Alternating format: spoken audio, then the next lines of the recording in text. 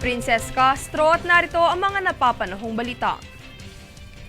Nasabat ng Bureau of Customs sa BOC sa Port of Clark, katuwang ang PIDEA ang 4,891 ecstasy tablets na nagkakahalaga ng 8.314 million pesos na itinago bilang coffee beans mula sa Netherlands. Dito nadiskubre ng BOC sa X-ray Inspection Project ang kahinahinalang shipment at kinumpirma ng Canine Inspection ng CAIDTF at PIDEA na mayroong illegal na droga sa loob nito. Isinailalim sa warrant of seizure and detention ang shipment dahil sa paglabag sa Customs Modernization and Tariff Act at Comprehensive Dangerous Drugs Act of 2002.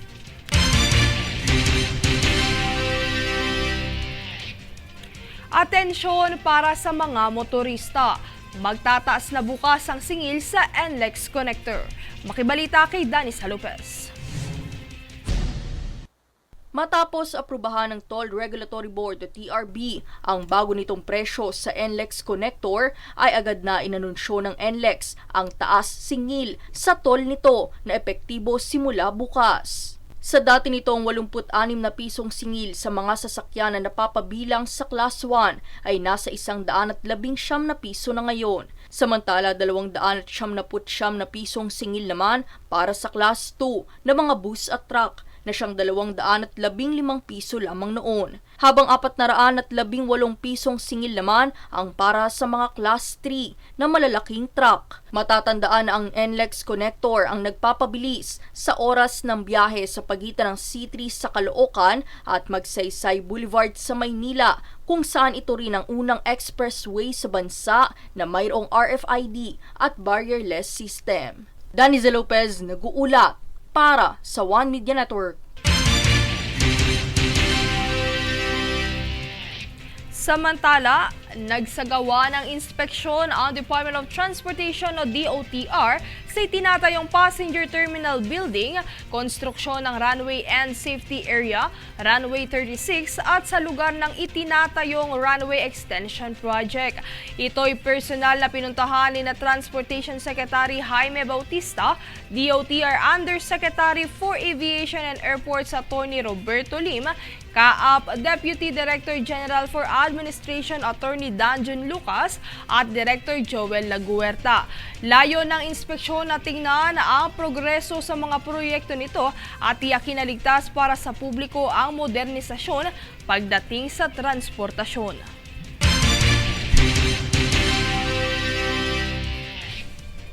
Kami ang boses ng pagbabago. Ako si Princess Castro at ito ang News Force. Sa ulo ng mga balita, Quadcom, siniyasat ng kaugnayan ni dating Pangulong Rodrigo Duterte sa issue ng EJK.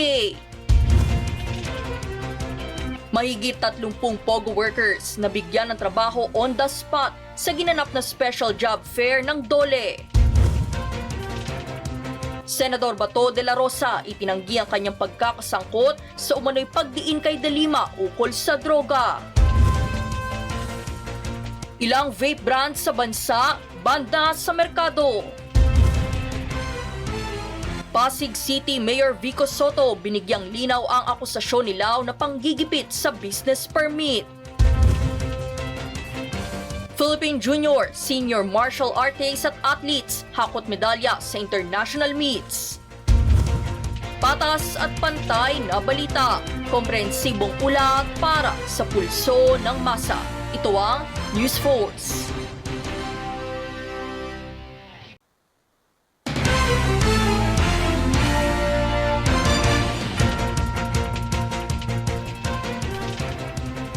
Ako si Princess Castro at narito ang mga napapanahong balita.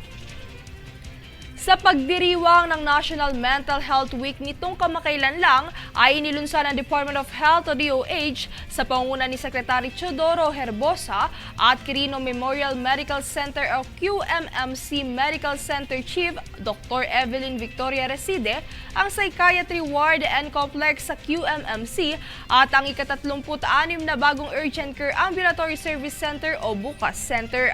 Ayon sa DOH, ang pagpapasinaya ng Psychiatry Ward and Complex sa QMMC ay nagpapakita ng patuloy na dedikasyon ng kagawaran sa pagpapahusay ng mental health services mula nang may sa batas ang Mental Health Act noong taong 2017.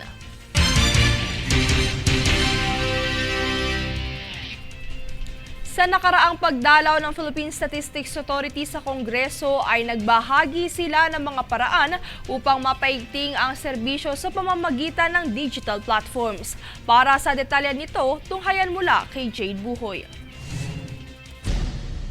Nagdala ang Philippine Statistics Authority o PSA ng kanilang Mobile Civil Registry System o CRS sa House of Representatives bilang bahagi ng kanilang 117 anibersaryo. Layunin ng ahensya na mas mapalapit ang kanilang serbisyo sa publiko sa pamamagitan ng mobile CRS na nagpoproseso ng dokumento sa mga lugar tulad ng job fairs, government caravans at trade fairs. Una na itong sinubukan noong ika-25 ng Marso ngayong taon sa lungsod ng Candon, Ilocos Sur at plano ng PSA na ipakalat ito sa buong bansa kabilang ang mga malalayong lugar. Ayon naman sa ahensya, mas mabilis ang proseso ng mobile CRS dahil hindi na kailangan ng appointment para makuha ang mga civil registry documents. Ilan sa mga dokumentong maaaring makuha sa mobile CRS ay birth, marriage at death certificates, maging ang certificate of no marriage. Bahagi pa ng ahensya na sa loob lamang ng 15 hanggang 20 minuto ay makukuha na ang mga dokumento,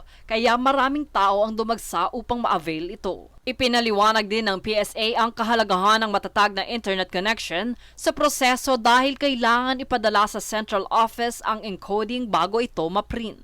Sa nasabing araw, umabot sa 500 applications ang naproseso ng mobile CRS sa kanilang pagbisita sa House of Representatives. Jade Buhoy, nag-uulat para sa One Media Network.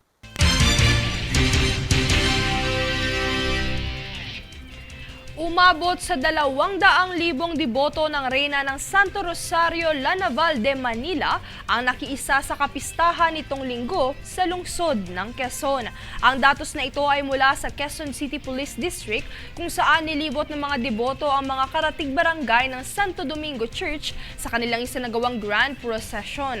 Ang aktibidad na ito ay sinagawa upang ipakita at ipahayag ng mga deboto ang kanilang panata at pananampalataya sa Birhen.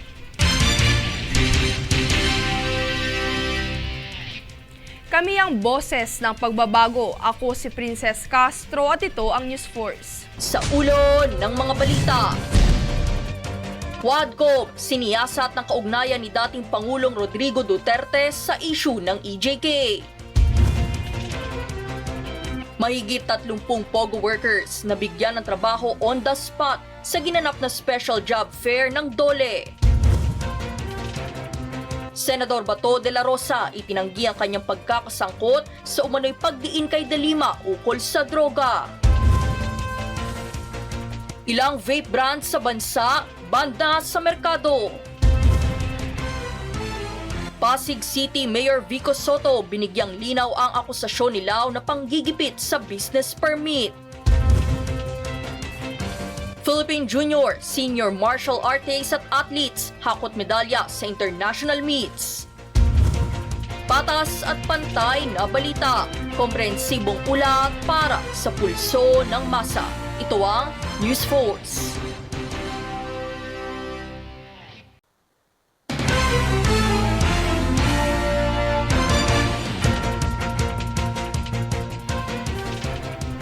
Ako si Princess Castro at narito ang mga napapanahong balita.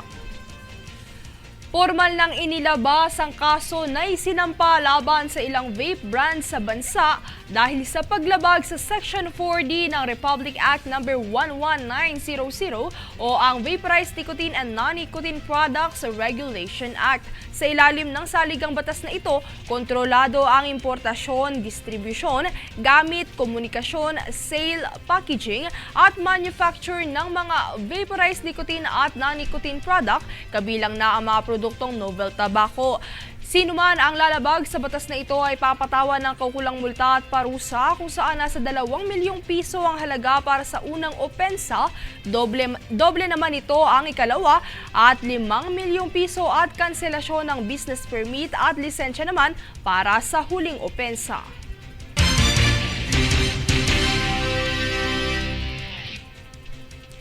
Sandakot na medalya na naman ang naiuwi ng Pride athletes ng Pilipinas sa iba't ibang international meet nitong nagdaang linggo. Narito ang detalye. Nagpamalas na naman ang bangis ang mga atletang Pinoy matapos humakot ng medalya sa iba't ibang kategorya ng palakasan sa labas ng bansa. Una na rito si Anton Ignacio na itinanghal na kampyon sa Pro-Am 1,100 stock event ng IJSBA World Finals na ginanap sa Estados Unidos.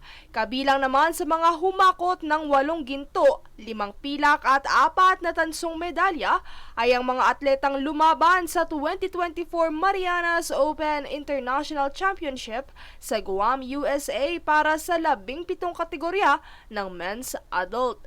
Hindi rin nagpahuli ang Philippine Kickboxing Team para sa Asian Kickboxing 2024 kung saan naiuwi ang gintong medalya sa female low kick under 56 kg at pilak na medalya sa male K1 ng 75 kg.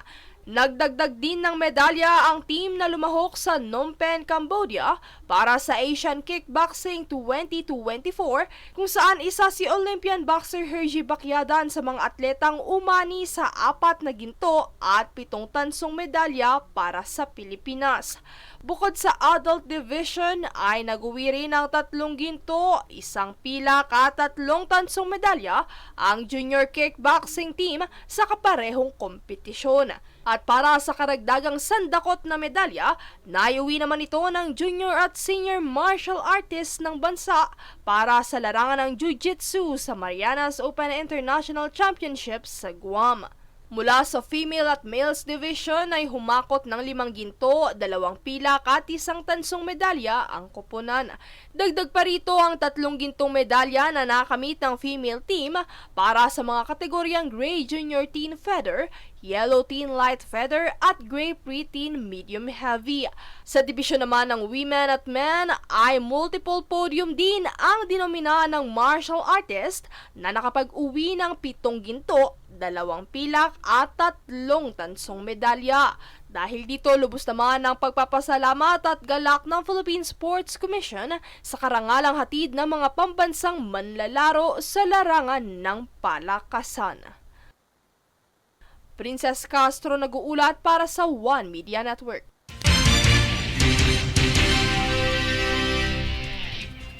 Kamakailang nagsagawa ang Philippine Charity Sweepstakes Office o PCSO ng outreach program noong ika-10 ng Oktubre para suportahan ang mga persons deprived of liberty o PDL sa Correctional Institution for Women sa Mandaluyong City. Dito naman naghandog ang PCSO ng 600 assorted toiletries para sa mga PDL na walang bumibisita, mga performers at may mga trabaho sa loob ng pasilidad upang magbigay ng kaginhawaan at dignidad sa kanilang pang-araw-araw na buhay. Samantala, pinuri ni Acting Superintendent Marjorie Ann Sanidad ang PCSO sa kanilang patuloy na pagkalinga sa mga PDL. Binigyang diin din niya na ang programa ay simbolo ng tunay na malasakit at pag-asa para sa mga nasa kanilang pangangalaga.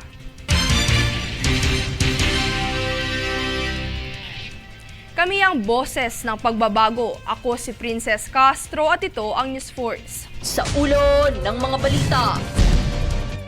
Quadcom, siniyasat ng kaugnayan ni dating Pangulong Rodrigo Duterte sa issue ng EJK. Mahigit 30 POGO workers na bigyan ng trabaho on the spot sa ginanap na special job fair ng DOLE. Senador Bato de la Rosa itinanggi ang kanyang pagkakasangkot sa umano'y pagdiin kay De Lima ukol sa droga. Ilang vape brands sa bansa, banda sa merkado. Pasig City Mayor Vico Soto binigyang linaw ang akusasyon ni Lau na panggigipit sa business permit. Philippine Junior, Senior Martial Artists at Athletes hakot medalya sa international meets. Patas at pantay na balita, komprehensibong ulat para sa pulso ng masa. Ito ang News Force.